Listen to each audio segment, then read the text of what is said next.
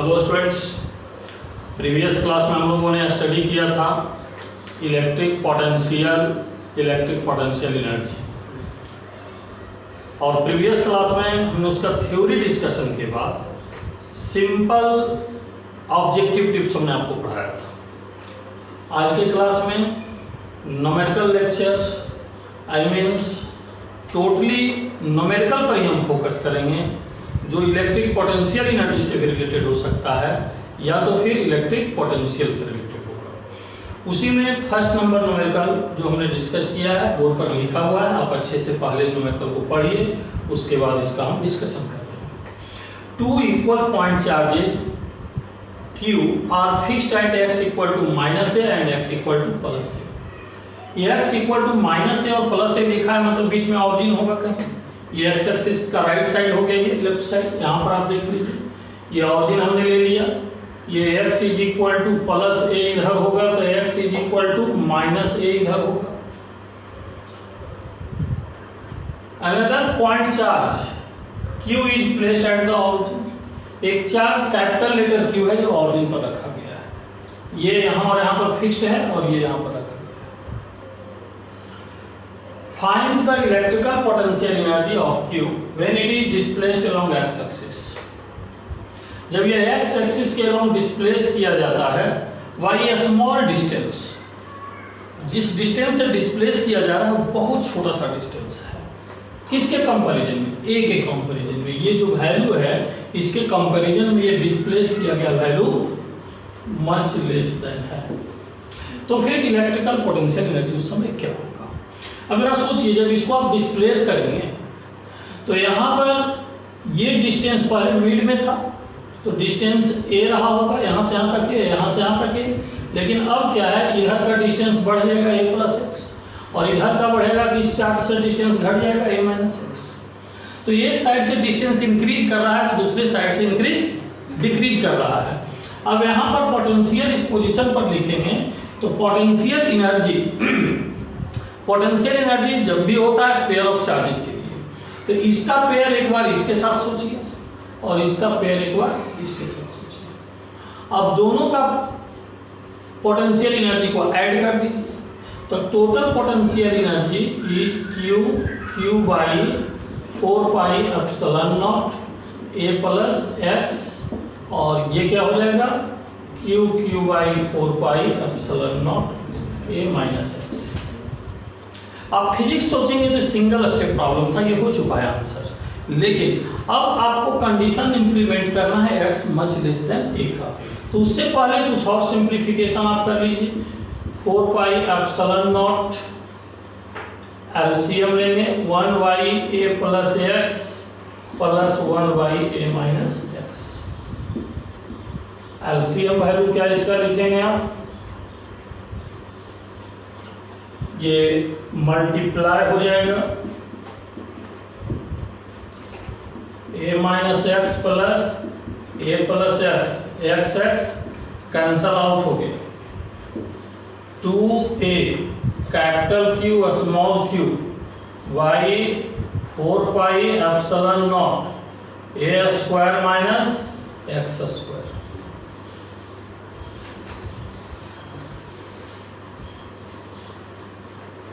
अब यहाँ से देखो 2a 2 से 2 कैंसल आउट हो गया और फाइनल रिजल्ट यहाँ पर capital Q small q a by 2πε0 a² - x²। अब इसको आप क्या करेंगे, इस पोटेंशियल एनर्जी को x much less than a का कंसेप्ट यूज करेंगे। तो चूंकि ये वैल्यू इससे काफ़ी छोटा है तो इसको हम नेग्लिजिबल मान सकते हैं, टेंड्स टू 0। तो टेंड्स टू 0 अगर कंसीडर करते हैं तो u equal to capital Q small q a divided by 2πε0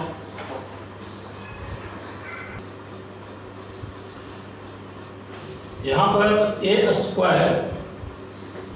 जब लेंगे तो ये वैल्यू आ रहा है Q by 2πε0a। ये रिजल्ट ऐसे है जैसे x से इंडिपेंडेंट है, मतलब ऐसे बिहेव कर रहा है इस रिजल्ट का बिहेवियर आप देखेंगे तो ऐसा लग रहा है कि जैसे हमने ऑरिजिन से राइट साइड शिफ्ट किया ही नहीं है। ये अप्रोक्सीमेशन का भी एक तरीका होता है, बट ये अप्रोक्सीमेशन का तरीका यहाँ यूज नहीं करेंगे। यहाँ पर बाइनोमियल अप्रोक्सीमेशन का तरीका हम यूज करेंगे। इस तरीका को क्यों हमने रिजेक्ट किया? इसलिए कि x से इंडिपेंडेंट आ रहा है, ये ऐसा लग रहा है कि जैसे हमने मिडिल पॉइंट से चार्ज को डिस्प्लेस किया ही नहीं है, इसलिए ये रॉन्ग स्टेप हमने बना दिया। करेक्ट स्टेप क्या होगा? इसी स्टेप को अब आगे बढ़ाकर लिखिए, capital Q A by 2 pi epsilon not. ये नीचे में वैल्यू है तो पावर +1 है, ऊपर में वैल्यू जाएगा तो क्या होगा? a square minus x square का पावर -1। लेकिन बाइनोमियल का फॉर्मेट थोड़ा सा सोचिए, 1 + x का पावर m होता है, यहाँ पर 1 है क्या? नहीं है। तो पहले हमको क्या करना चाहिए? 1 बनाना चाहिए। ये 1 आप कैसे बनाएंगे? तो ऊपर ले जाने से पहले ही एक स्टेप देख लीजिए, यहाँ a स्क्वायर कॉमन कर लीजिए। अब देखिए तो ये पावर कीजिए, ऐसे डायरेक्ट अगर ऊपर आप करेंगे तो ये 1 प्लस या 1 माइनस का फॉर्मेट नहीं लेगा। बाइनोमियल अप्रोक्सीमेशन में आपको पढ़े थे कि इसका फॉर्मेट होना चाहिए 1 + x या 1 - x का। अब देखिए यहाँ पर 1 माइनस, ये टोटल वैल्यू को 1 मान लें स्मॉल x के जैसा, कि x square by a square मिलकर एक फैक्टर हो गया। अब जरा आप देखिए यहाँ पर x a से बहुत छोटा है, तो x बाई a 1 से क्या होगा? बहुत छोटा होगा। क्योंकि ये बाइनोमियल अप्रोक्सीमेशन तभी लगाते हैं जब x का वैल्यू मच लेस देन 1 होता है। ये साइड में जो रफ वर्क हम बता रहे हैं आपको, जस्ट रिमाइंड करवा रहे हैं। अगर ये सब बातें दिमाग में है तो फिर वो डायरेक्ट आप यूज कर सकते थे, इतने टाइम टेकिंग का कोई मतलब नहीं था। a से a कैंसल आउट कर लीजिए, u = q by 2 pi epsilon not.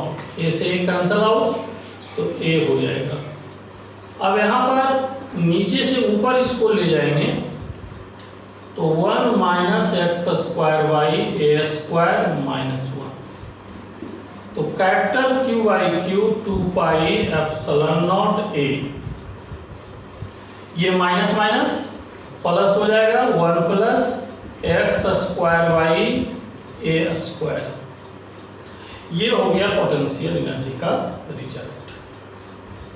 अब ये देखिए x के टर्म में आ रहा है रिजल्ट, ये हमारा आंसर हो गया।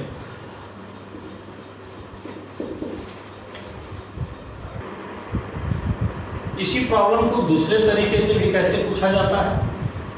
Find change in potential energy delta U। Change in potential energy delta U कैसे कैलकुलेट करें?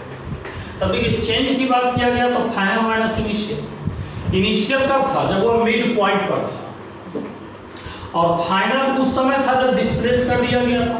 तो डिस्प्लेस करने पर अभी अभी हमने कैलकुलेशन किया है कि ये वैल्यू है पोटेंशियल एनर्जी का, और डिस्प्लेस करने से पहले 2q by 4 pi epsilon naught a था।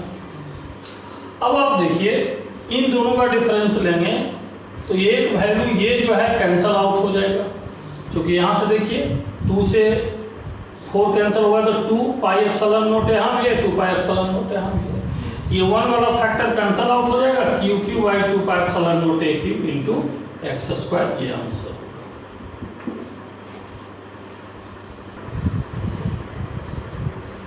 Question number 2। क्वेश्चन नंबर 2 में डायग्राम को आप अच्छे से देखिए।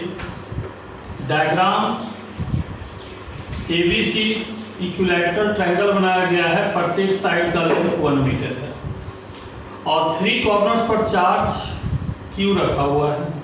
Q का वैल्यू 0.1 कूलम गिवन है। कहता है find work to be done when charge of corner A is displaced to mid of BC। A point पर जो चार्ज प्लेस्ड है इसको डिस्प्लेस्ड करके BC के मिड पॉइंट पर लाया जा रहा है, मतलब यहाँ पर लाया जा रहा है। पहले ये चार्ज यहाँ पर था, बाद में चार्ज यहाँ पर पहुँच रहा है।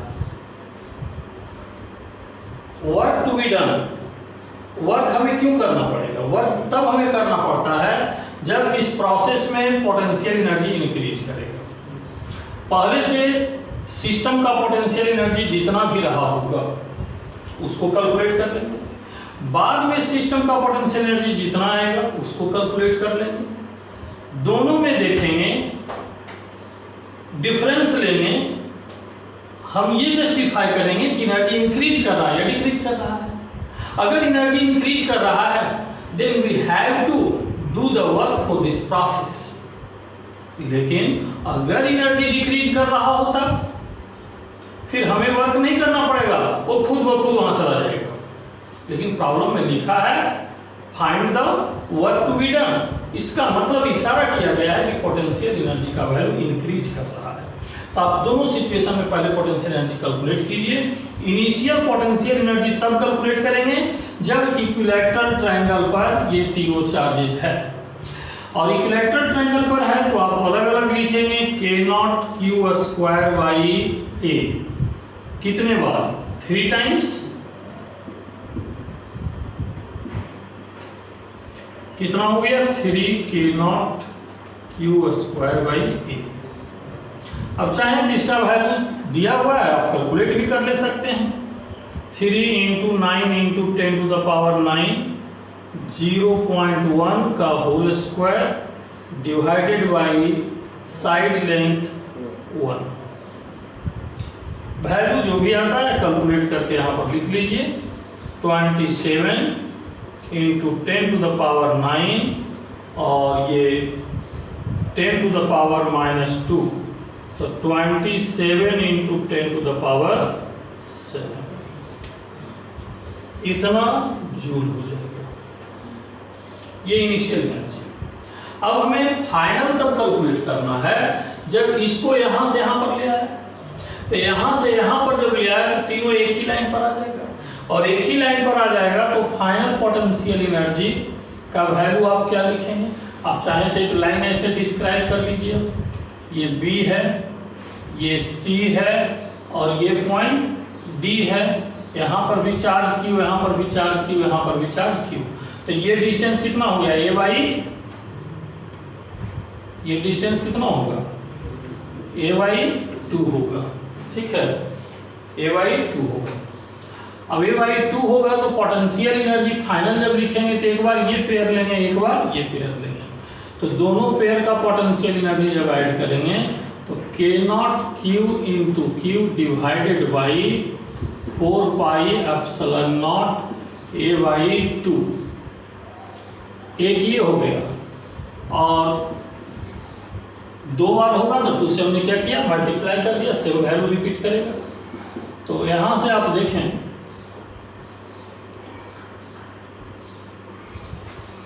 सॉरी करेक्शन यहाँ पर करना होगा, ये K0 भी हमने लिख लिया और 4 पाई एप्सिलॉन नॉट भी, आप दोनों में इसको एक ही लिखें, K0 यहाँ से हटा दीजिए, 1/4 पाई एप्सिलॉन। क्लियर हुआ? क्या गलती हुई थी? यहाँ पर K0 गलत आ गया था, 4 पाई एप्सिलॉन। अब यहाँ से देखिए Q स्क्वायर वाई, इसका कैलकुलेशन करेंगे तो 2 पाई एप्सिलॉन नॉट × 2 होगा, तो 2 पाई एप्सिलॉन नॉट × A।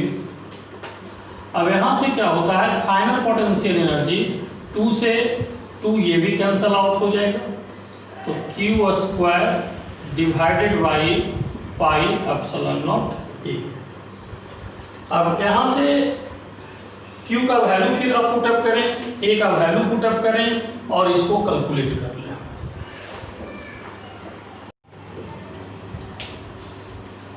ये numerical number 2, numerical number 2 diagram को आप अच्छे से देखिए। ये 3 चार्जेज है, इक्विलैटरल ट्रायंगल के कॉर्नर पर रखा हुआ है, साइड का लेंथ 1 मीटर है, प्रत्येक साइड A = 1 मीटर है और प्रत्येक चार्ज का value 0.1। Find work to be done when charge of corner A is displaced to mid of BC। A point से चार्ज डिस्प्लेस करके BC के मिड पॉइंट तक लाया गया है। मान लो BC का मिड पॉइंट कैपिटल लेटर D हमने ले लिया। अब इसमें वर्क क्यों करना पड़ेगा, ये आपको सोचना है। वर्क करना पड़ेगा इसलिए कि यहां से यहां तक आने में अगर एनर्जी इंक्रीज किया होगा, then we have to do the work to increase the energy. इसके लिए हमें ये देखना होगा कि ए पॉइंट पर एनर्जी क्या था। ए पॉइंट पर एनर्जी सिस्टम का कितना था, और जब ये यहां से यहां पर आया है तब एनर्जी सिस्टम का, क्या हम सिस्टम की बात कर रहे हैं। अब यहां सिस्टम में कितने पेयर होंगे ये भी ध्यान देना है। सिस्टम में आप देख लीजिए, एक पेयर ये हो गया, दूसरा ये हो गया, तीसरा ये हो गया, टोटल 3 पेयर हो गए। ठीक, जब ये यहां पर भी आएगा तो नंबर ऑफ पेयर तो उतना ही रहेगा। तो इस 3 पेयर का initial potential energy k0q² plus k0q² 3 times हमने लिखा, 3 k0q² वैल्यू पुट अप कर दीजिए। k0 का वैल्यू 9 × 10⁹ 3 टाइम्स, q का वैल्यू 0.1 का स्क्वायर, a का वैल्यू 1। ये कैलकुलेट करेंगे 27 × 10⁹ 9 × 10⁻² इक्वल टू 27 × 10⁻7। ये इनिशियल एनर्जी का वैल्यू। अब जब ये चार्ज को डी पॉइंट पर लाएगा डिस्प्लेस करके, तो डायग्राम देखिए तो ये बनेगा, और ये जब डायग्राम बनेगा तो क्यू चार्ज यहाँ पर है, क्यू चार्ज यहाँ पर है, क्यू चार्ज यहाँ पर है, फिर 3 पेयर। आप सोचिए ये पेयर और ये पेयर इक्वल एनर्जी बनाएगा। ये पेयर का एनर्जी k0q/a/2 हो जाएगा, और इस पेयर का भी वही होगा, तो 2 से हमने क्या किया, मल्टीप्लाई किया। लेकिन इस पेयर का एनर्जी कितना होगा, k0q/a हो जाएगा। अब यहाँ से देखिए तो 2 ऊपर जाएगा तो 4 k0q² या k0q²। टोटल कितना हो गया, 5 k0q²। अब ये फाइनल पोटेंशियल एनर्जी का वैल्यू जो हमने लिखा है, ये कैलकुलेट आप करेंगे। 5 9 × 10⁹ 0.1 का स्क्वायर अपॉन 1 45 × 10⁻7। वर्क का value final energy minus initial energy होता है। फाइनल 45, इनिशियल 27 मल्टीप्लाइड बाय 10⁻7, 18 × 10⁻7 जो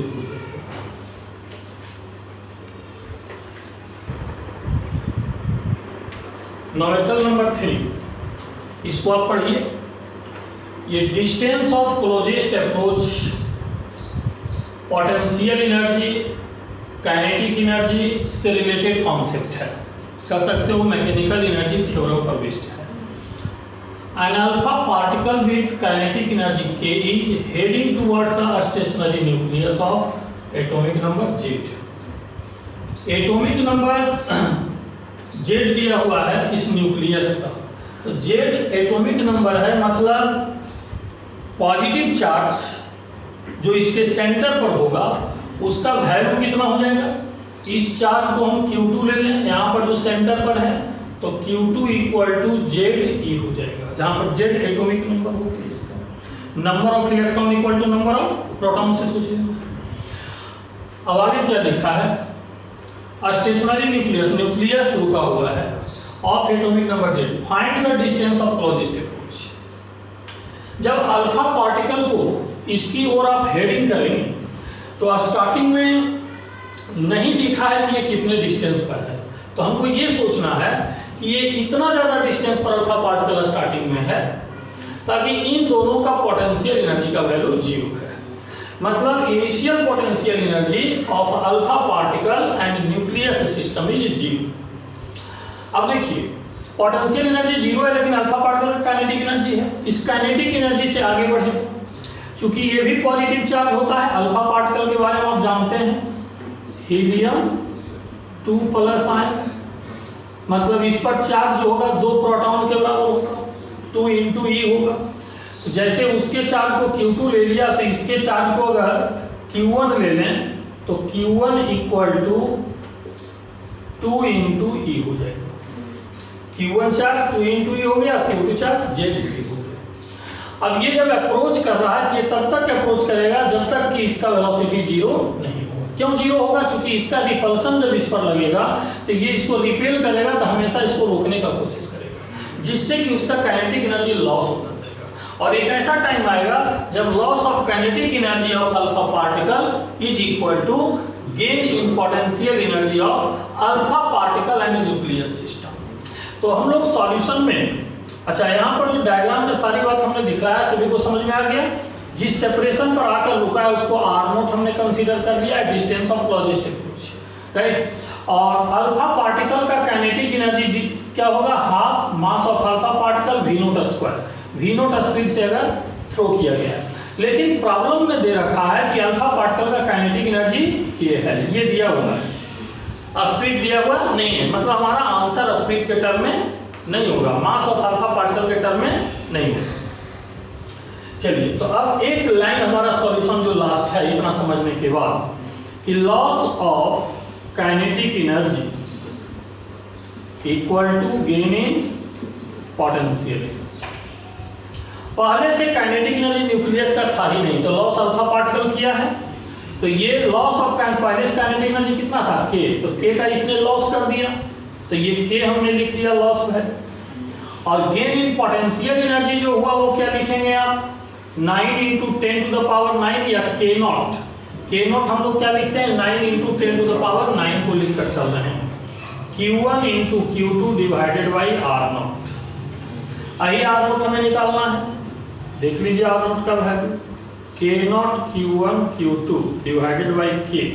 अगर इसका वैल्यू आप रखना चाहते हैं तो 1/4πε0, Q1 का वैल्यू 2 × E, Q2 का value ZE divided by K। Answer हमारा देखिए तो क्या होगा, R0 equal to 2ZE² divided by 4πε0 K। ये हमारा आंसर हो गया distance of closest approach. Numerical number 4, numerical number 3 पर ही बेस्ड है। आप लैंग्वेज को अच्छे से पढ़िए और समझिए। और चार्ज पार्टिकल QM, एक चार्ज पार्टिकल है QM, ब्रैकेट में जो लिखा है उसका मीनिंग है charge small letter q mass m is moving directly towards fixed positive charge capital letter Q। देखिए, तो कैपिटल लेटर Q एक चार्ज है, इसको डायरेक्टली इधर की ओर थ्रो किया गया है। तो डायरेक्टली जब थ्रो किया गया है तो ये इधर की ओर आएगा, ये भी चार्ज पॉजिटिव है, ये भी चार्ज पॉजिटिव है। जब ये अप्रोच करना शुरू करेगा तो रिपल्सन के अंदर धीरे धीरे इसका काइनेटिक एनर्जी का लॉस होता जाएगा और एक ऐसा पॉइंट आएगा जहां पर इसका वेलोसिटी 0 हो जाएगा, काइनेटिक एनर्जी 0 हो जाएगा। उसी डिस्टेंस को डिस्टेंस ऑफ क्लोजेस्ट अप्रोच लिखेंगे। जस्ट पिछले प्रॉब्लम का सॉल्यूशन भी इसी तरीके से था, लेकिन उसमें और इसमें फर्क क्या है कि अल्फा पार्टिकल कितने डिस्टेंस पर रखा था ये नहीं दिया हुआ था। इसमें ये दिया हुआ है कि स्टार्टिंग में जो चार्ज है इससे d डिस्टेंस पर है। हमने कहा था कि जब अल्फा पार्टिकल का डिस्टेंस नहीं था, अप्रोचिंग पार्टिकल का डिस्टेंस दिया हुआ नहीं था, आई मीन कि हमने उसको इन्फिनिटी पर कंसीडर किया था, वेरी लार्ज सेपरेशन पर कंसीडर किया था, जिसके वजह से इनिशियल पोटेंशियल एनर्जी 0 था। लेकिन यहाँ पर इनिशियल पोटेंशियल एनर्जी 0 नहीं होगा क्योंकि एक गिवन डिस्टेंस d पर है।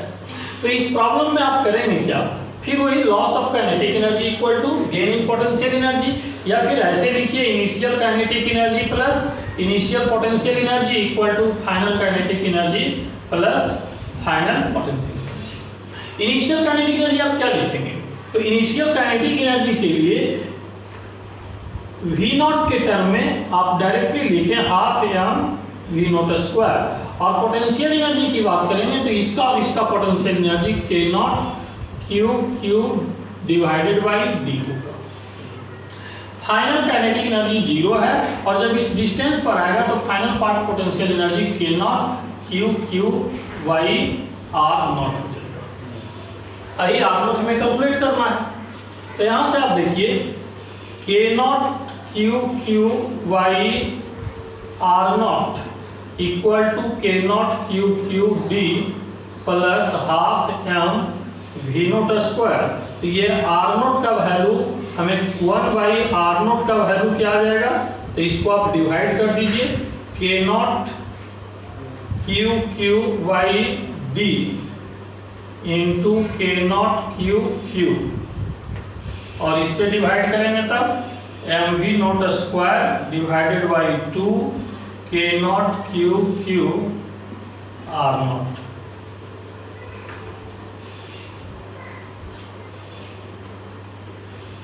अब के नॉट कैंसल आउट हो गया और Q कैंसल आउट, Q और Q।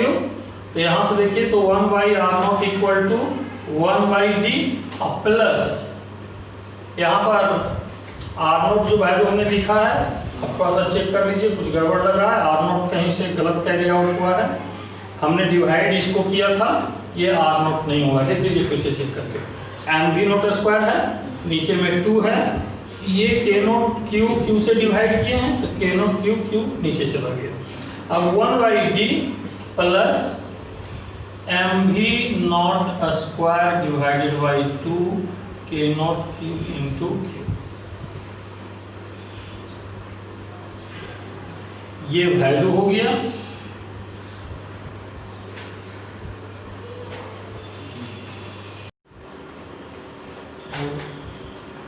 अभी तक हमने न्यूमेरिकल नंबर 4 का डिस्कशन किया है। आप लोग केयरफुली देखो, 3 और 4 दोनों ही न्यूमेरिकल था, डिस्टेंस ऑफ क्लोजेस्ट अप्रोच से रिलेटेड। ये काफी इंपॉर्टेंट न्यूमेरिकल होता है। अब इस टाइप के न्यूमेरिकल में मैक्सिमम स्टूडेंट उलझते हैं, इसलिए इस तरह के न्यूमेरिकल पर हम लगातार प्रैक्टिस करवा रहे हैं। आपको 2 न्यूमेरिकल करवाया, फिर 1 से 2 न्यूमेरिकल हम उसी टाइप का दे रहे हैं, लेकिन प्रत्येक में कुछ न कुछ चेंज है, प्रत्येक में कुछ न कुछ चेंज है। 5 नंबर न्यूमेरिकल जो बोर्ड पर लिखा हुआ है, इस 5 नंबर न्यूमेरिकल को आप अच्छे से पढ़िए कि प्रॉब्लम में क्या कहा गया है। 1 charge particle Q charge m mass is at rest on a smooth surface। एक charge particle Q charge m मास का स्मूथ सरफेस पर रेस्ट में है। मतलब आप देख लीजिए, फर्स्ट पार्टिकल इसको हमने ले लिया, m मास चार्ज Q और V1 इक्वल टू 0 रुका हुआ है, इनिशियल सिचुएशन।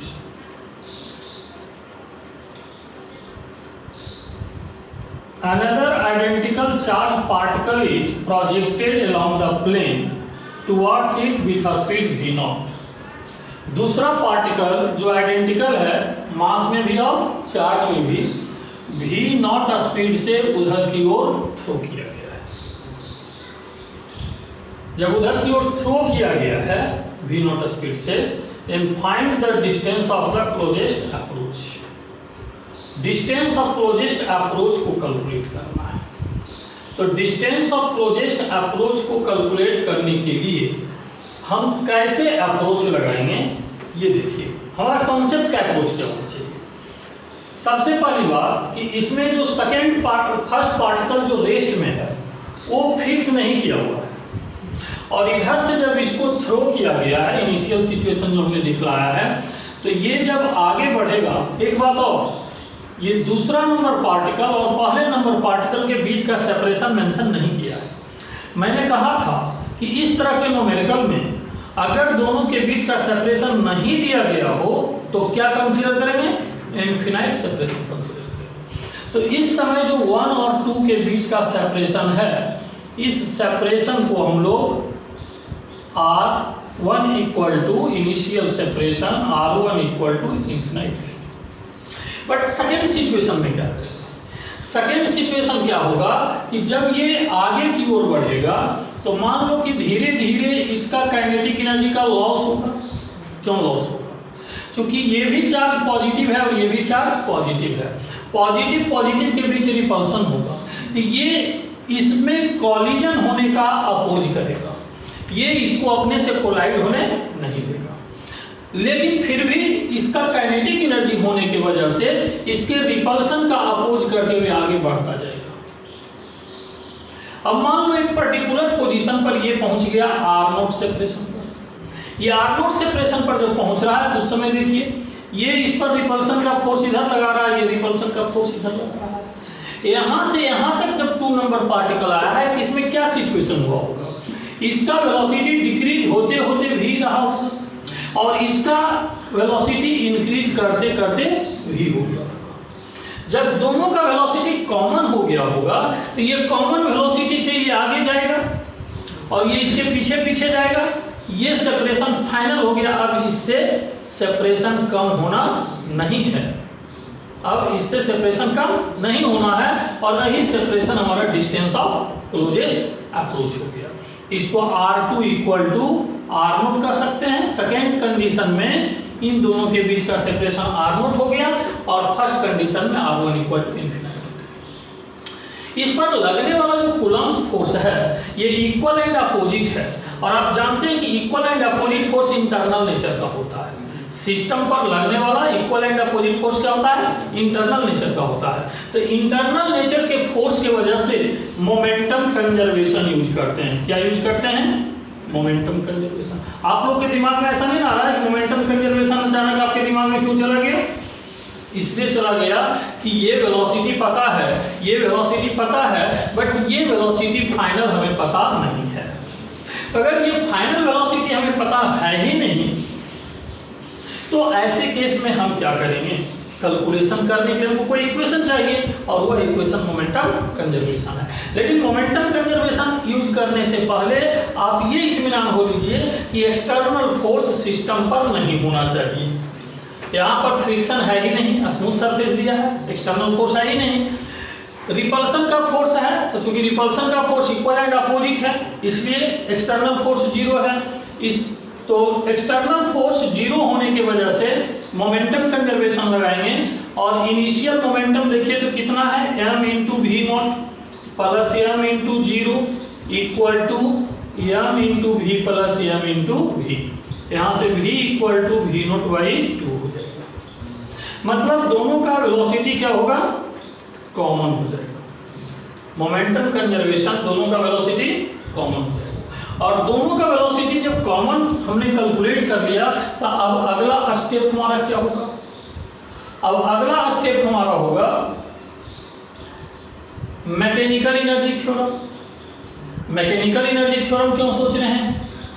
जब इनिशियल सेपरेशन इनफिनाइट था तो पोटेंशियल एनर्जी जीरो, लेकिन काइनेटिक एनर्जी तो जीरो नहीं था। और जब ये क्लोजेस्ट सेपरेशन पर आया तो पोटेंशियल एनर्जी कुछ होगा और काइनेटिक एनर्जी भी कुछ होगा। तो पहला मोमेंटम कंजर्वेशन और दूसरा कॉन्सेप्ट लगाएंगे mechanical energy theorem. Mechanical energy theorem के अकॉर्डिंग हम लोग क्या लिखेंगे? Kinetic energy initial plus potential energy initial equal to kinetic energy final plus potential energy final. अब यहाँ से आप आगे बढ़े। इनिशियल काइनेटिक एनर्जी कितना है? Half m v naught square. Initial potential energy zero, क्योंकि इनफिनाइट सेपरेशन के लिए पोटेंशियल एनर्जी जीरो होता है। फिर इसके बाद फाइनल काइनेटिक एनर्जी क्या होगा? इन दोनों का kinetic energy half mv square एक का और दूसरे का भी यही है तो 2 से हमने क्या किया? मल्टीप्लाई कर दिया। Half mv square multiplied with 2 plus potential energy in दोनों का क्या होगा? k naught q divided by separation r not. अब यहाँ से आगे आप बढ़े, हमको तो r नॉट कैलकुलेट करना है तो k naught q into q by r naught equal to half m v naught square minus mv square equal to half m v naught square minus m v naught by 2 का whole square is equal to half m v naught square minus 1/4 m v naught square. अब यहाँ से देखिए कितना हो जाएगा? 1/4 m v naught square. k naught q square by r not, इसलिए r naught equal to क्या हो जाएगा? 4k naught q square divided by m v naught square. k naught का वैल्यू पुटअप कर दें तो 4k naught 1/4 pi epsilon naught 1/4 pi epsilon naught q square by m v naught square. ये r naught का value. अब यहाँ से देखें तो ये 4 से 4 क्या होगा? कैंसल आउट हो जाएगा, तो ये q square divided by pi epsilon naught m v naught square. आप लोग भी एक बार कैलकुलेशन चेक कर लीजिए, कैलकुलेशन आप लोग भी एक बार चेक कर लीजिए। क्वेश्चन नंबर 5 के बाद क्वेश्चन नंबर 6, ये भी उसी कॉन्सेप्ट पर होगा जिस कॉन्सेप्ट पर 5 नंबर है, इसलिए हमने इसको होमवर्क किया है। लगातार हमने 2 से 3 क्वेश्चन सेम कॉन्सेप्ट पर सॉल्व किया है, थोड़ा सा डिफरेंस है। इसमें मैक्सिमम कॉन्सेप्ट 5 नंबर का है, आंसर हमने लिख दिया है, डू योरसेल्फ है, आप खुद करें। इस क्वेश्चन का नहीं होना इस बात का इंडिकेशन है कि पीछे का क्वेश्चन आप सही से नहीं समझे, उसको आप रिवाइज कीजिए, रिपीट कीजिए। और अगर ये क्वेश्चन समझ में आ गया है तो 5 नंबर, 4 नंबर, 3 नंबर समझ में आ जाए तो 6 नंबर खुद ब खुद होगा ही। इसके बाद हम 7 नंबर क्वेश्चन पर आगे बढ़ रहे हैं। 7 नंबर क्वेश्चन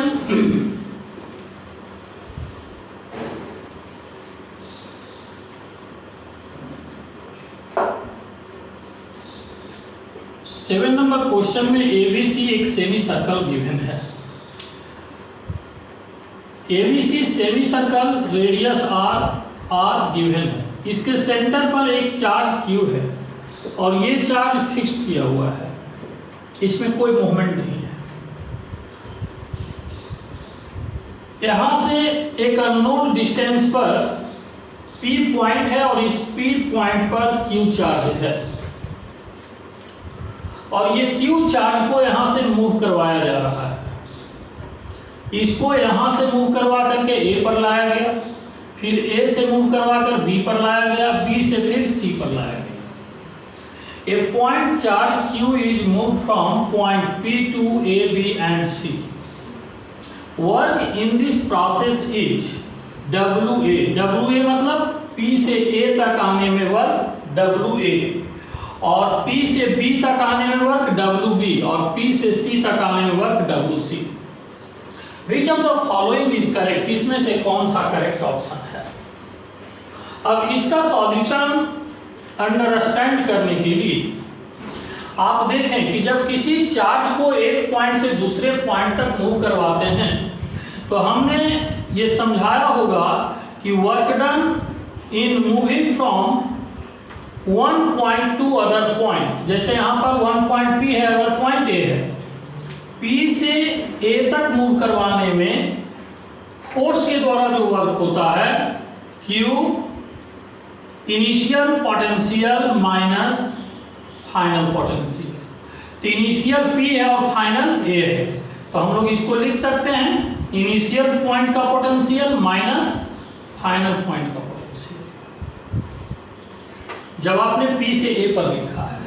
और इसी वर्क को उसमें क्या लिखा गया है WA। चलिए, तो ये जो P से A तक वर्क है यही WA है, तो WA हो गया Q VP माइनस VA। अब देखिए A पॉइंट पर पोटेंशियल, ये तो मूविंग चार्ज है और ये फिक्स्ड चार्ज है, तो फिक्स्ड चार्ज के चलते जो यहाँ पर पोटेंशियल का वैल्यू होगा वह वैल्यू हम लोग कितना लिखेंगे, बगल में हम यहाँ पर मेंशन कर देते हैं। चाहे आप VA कैलकुलेट कीजिए, चाहे आप VB कैलकुलेट कीजिए, चाहे आप VC कैलकुलेट कीजिए। देखिए हमने तीनों को क्यों यहाँ पर एक साथ लिखा है। A पॉइंट का डिस्टेंस भी यहाँ से R है, B का भी डिस्टेंस R है और C का भी डिस्टेंस R है। तो Q चार्ज के चलते जो पोटेंशियल का वैल्यू होगा K0 Q by R, I mean Q by 4 pi epsilon not R। ये तीनों पॉइंट का पोटेंशियल इक्वल होगा। तो यहाँ पर VA का वैल्यू जो भी आया है इसको आप पुट अप कर दीजिए, तो Q by 4 pi epsilon not R, ये A का वर्क हो गया। अब जब V का वर्क लिखेंगे तब क्या होगा, Q VP minus Q by 4 pi epsilon not R। देखिए चूंकि यहाँ पर VA लिखे थे और यहाँ पर VB लिखेंगे तो VB का भी पोटेंशियल वही है, और अगला स्टेप में क्या लिखेंगे WC equal to Q VP minus q by 4 pi epsilon naught. चूंकि इस चार्ज से पी पॉइंट का डिस्टेंस हमें पता नहीं है, इसलिए ये तो नहीं पता है कि पी पॉइंट पर पोटेंशियल क्या होगा, बट ये तो तय है कि वीपी जब यहाँ पर सेम वैल्यू है और ये वैल्यू सेम है तो ये डिफरेंस वैल्यू तीनों में सेम आ रहा है। इसका मतलब WA WB WC क्या होगा, सेम होगा। तो इन तीनों इक्वेशन पर जब आप नजर डालेंगे तो ये तीनों इक्वेशन से क्लियर है कि WA equal to WB equal to WC होगा। आंसर नंबर सी।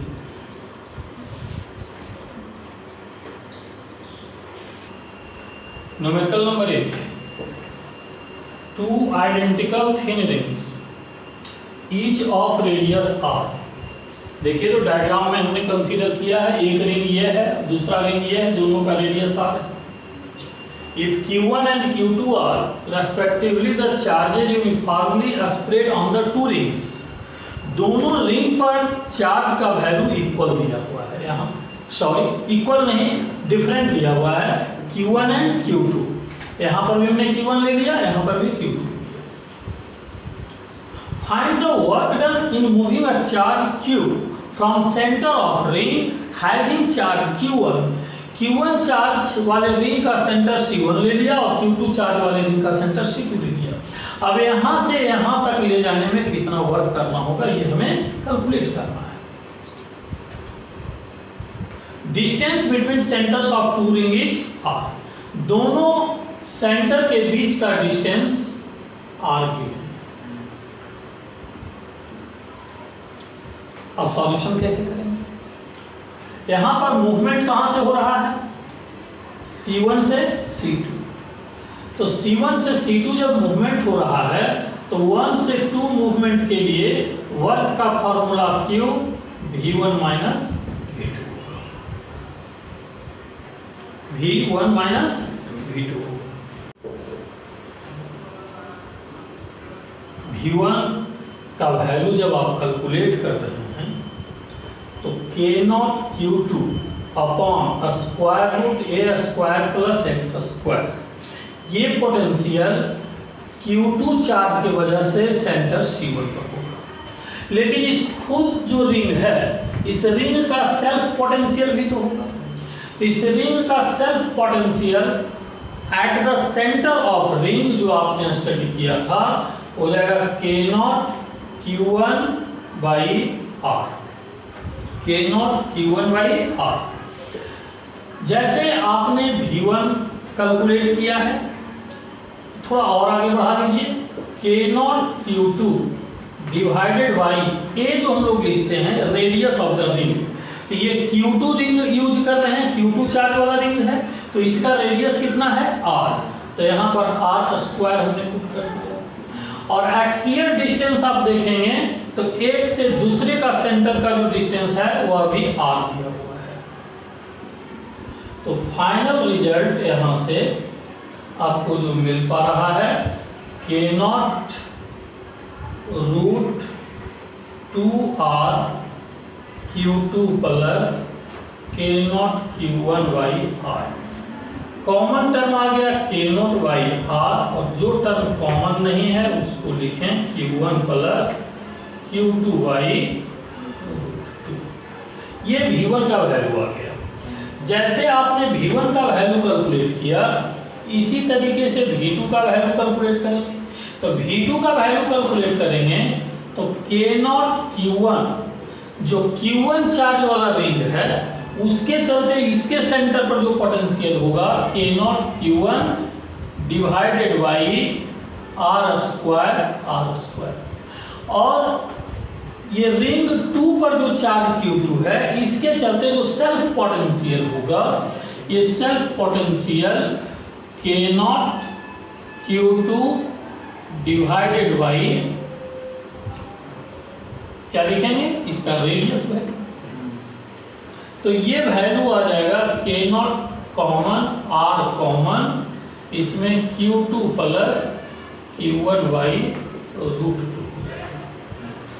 अब ये देखो कि V1 और V2 जब निकल आया तो V1 माइनस V2 का वैल्यू आप कैलकुलेट करेंगे तो K नोट R दोनों में कॉमन है, K नोट R दोनों में कॉमन है, और इसका वैल्यू में से इसके वैल्यू को माइनस आप करोगे तो Q1 minus Q2 plus Q2 minus Q1 by √2। अब यहां से आप कॉमन क्या करेंगे, V1 minus V2 equal to K naught, Q1 minus Q2 common करने के लिए ये Q2 माइनस Q1 है तो इसको Q1 माइनस Q2 कर सकते हैं, तो इसके लिए हम क्या करेंगे, Q1 माइनस Q2 जब आप कॉमन करेंगे तो ये तो 1 हो जाएगा, लेकिन ये माइनस 1 बाई √2 हो जाएगा। क्यों ऐसा हमने किया, इसका ऑर्डर चेंज कर दिया तो ये माइनस आया। अब यहाँ से आप देखें तो ये एलसीएम ले लेंगे तो K naught Q1 minus Q2 by √2R √2 minus 1। अब K नोट का वैल्यू हम लोग फाइनली पुट कर देंगे तो एप्सिलॉन नोट के टर्म में आंसर आ जाएगा। लेकिन हमें वर्क कैलकुलेट करना था ना, अभी हमने V1 माइनस V2 कैलकुलेट किया तो W12 इक्वल टू Q, अब K नोट का वैल्यू यहाँ V1 माइनस V2 तो ये वैल्यू पुटअप कर दें तो Q K नोट का value 4 pi epsilon not Q1 minus Q2 by √2R √2 minus 1, और ये हमारा आंसर हो जाएगा। ये आंसर जो अभी हमने कैलकुलेट किया है ये work done by the force है, लेकिन ये चार्ज को C1 से C2 तक मूव करवाने में एजेंट के द्वारा, एजेंट मतलब जैसे हमें करना होगा तो आपको करना होगा, अगर आप ले जाते हैं तो एजेंट का वर्क हो गया। हमने आपको समझाया था फोर्स का वर्क और एजेंट का वर्क एक दूसरे से अपोजिट होता है, तो 1 से 2 तक ये फोर्स का वर्क हो गया, बट हमसे वहां पर वर्क बाय एजेंट में ऑर्डर उल्टा आप कर लेंगे तो जो Q1 माइनस Q2 है वो Q2 माइनस Q1 हो जाएगा, ये आंसर होगा। इस तरह का न्यूमेरिकल सॉल्यूशन में हमेशा ध्यान दें कि वर्क वाई एजेंट पूछा गया है कि वर्क वाई फोर्स पूछा गया है, इन दोनों का आंसर ऑलवेज एक दूसरे से अपोजिट होता है। क्वेश्चन नंबर 8 के बाद क्वेश्चन नंबर 9, सारे स्टूडेंट से मेरा रिक्वेस्ट है, सजेशन है कि इस प्रॉब्लम को समझने के लिए थोड़ा कंसंट्रेट करें, क्योंकि ये अलग टाइप का प्रॉब्लम है ग्राफिकल डिस्कशन, जहां पर मैथमेटिकल डिस्कशन के साथ साथ कुछ थिंकिंग भी है, जो हो सकता है फर्स्ट टाइम आप देख रहे हैं। पहले प्रॉब्लम पढ़िए क्या कहा है। प्रॉब्लम में दिया हुआ है sketch the variation of electric potential on the x axis with respect to x. X axis ये हो गया, ये ओरिजिन है, यहाँ पर एक चार्ज Q रखा हुआ है, A पॉइंट पर चार्ज Q है और ये यहाँ से x डिस्टेंस पर है। जैसे जैसे आगे बढ़ेंगे ये x वैल्यू चेंज होता जाएगा with respect to x, for x equal to minus infinite to x equal to plus infinite. इधर जब बढ़ेंगे तो x का वैल्यू प्लस इन्फिनाइट होगा और इधर जब आएंगे तो x का वैल्यू माइनस इन्फिनाइट। अब इसका ग्राफ प्लॉटिंग करना है, तो ग्राफ प्लॉटिंग में सबसे पहले 2 पॉइंट पर डिसीजन लीजिए।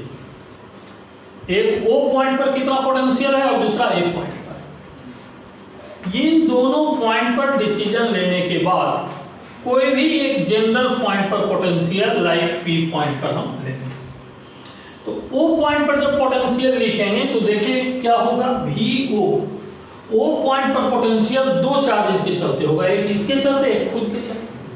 लेकिन जब सेल्फ पोटेंशियल लेंगे तो इस चार्ज से O का डिस्टेंस कितना है, 0, तो K नॉट Q बाई 0 और प्लस इस चार्ज से इसका डिस्टेंस कितना है, D, तो K naught Q by D।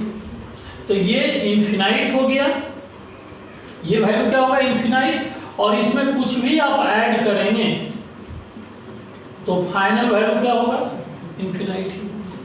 जैसे आपने O पॉइंट पर सोचा है ठीक उसी तरीके से A पॉइंट पर सोचिए। एक पॉइंट पर जब पोटेंशियल आप कैलकुलेट करेंगे तो फिर इसका खुद का पोटेंशियल जो होगा जीरो डिस्टेंस की वजह से, तो k नॉट क्यू बाई जी, और ओ पॉइंट के चार्ज के चलते जब लिखेंगे तो k not Q by D, फिर ये infinite plus something infinite. Mid point का पोटेंशियल कैलकुलेट करना है तो d डॉट डिस्टेंस है तो d बाई टू इधर, d बाई टू इधर, आप मल्टीप्लाई कर दीजिए, यहां से वैल्यू देखिए आ जाएगा k not Q by D. लेकिन अगर कोई पॉइंट P हमने जैसे कंसीडर किया है, P point x greater than d by two, तो Vp का वैल्यू आप क्या लिखेंगे, k not Q by x, वो पॉइंट के चार्ज से डिस्टेंस x है तो q से डिस्टेंस d माइनस x हो जाएगा। इसका आप सिंप्लीफिकेशन कीजिए, k not Q d minus x plus x, LCM लेने के बाद ये कैंसल आउट होकर ये रिजल्ट मिलता है। अब इसमें हम ये सर्च करेंगे कि O पॉइंट से A पॉइंट के बीच पोटेंशियल कभी भी जीरो तो नहीं होगा। जीरो होने के लिए एक पॉजिटिव पोटेंशियल चाहिए था, दूसरा नेगेटिव, जो कि है नहीं।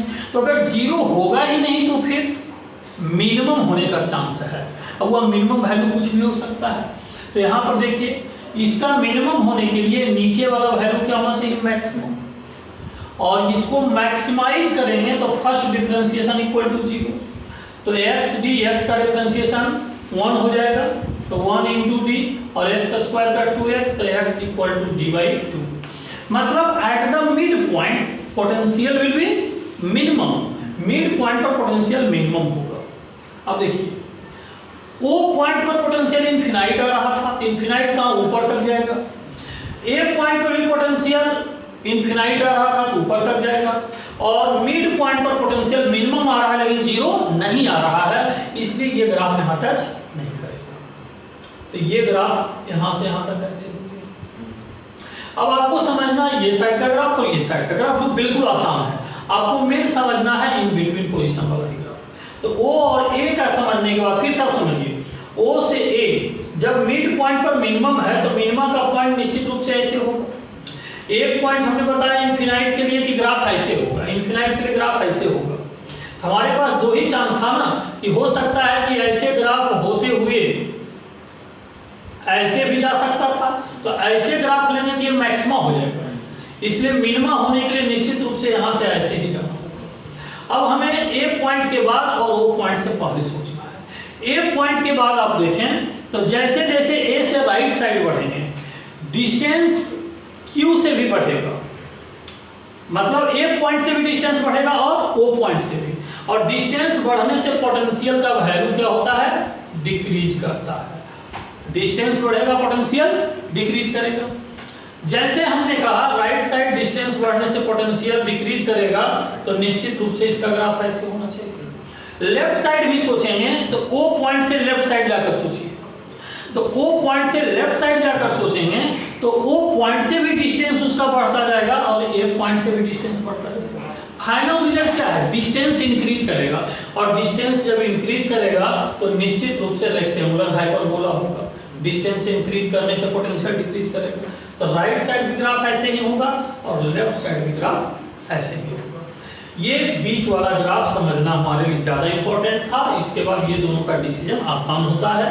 ये हमारा फाइनल आंसर हो गया। क्वेश्चन नंबर 10 होमवर्क है आप लोग के लिए। 9 जैसा ही प्रॉब्लम है, अंतर है कि उसमें दोनों चार्ज पॉजिटिव था, यहाँ एक पॉजिटिव है नेगेटिव है। आंसर हमने दे दिया है, आप सोचेंगे खुद को समझ में आएगा। यहाँ पर 4 टाइप्स ऑफ ऑब्जेक्टिव होता है। जैसे आपने पहले पढ़ा था यहाँ प्लस यहाँ प्लस, अभी क्या पढ़ रहे हैं यहाँ प्लस यहाँ माइनस, अगला क्या होगा यहाँ माइनस यहाँ प्लस, अगला क्या होगा यहाँ माइनस यहाँ माइनस।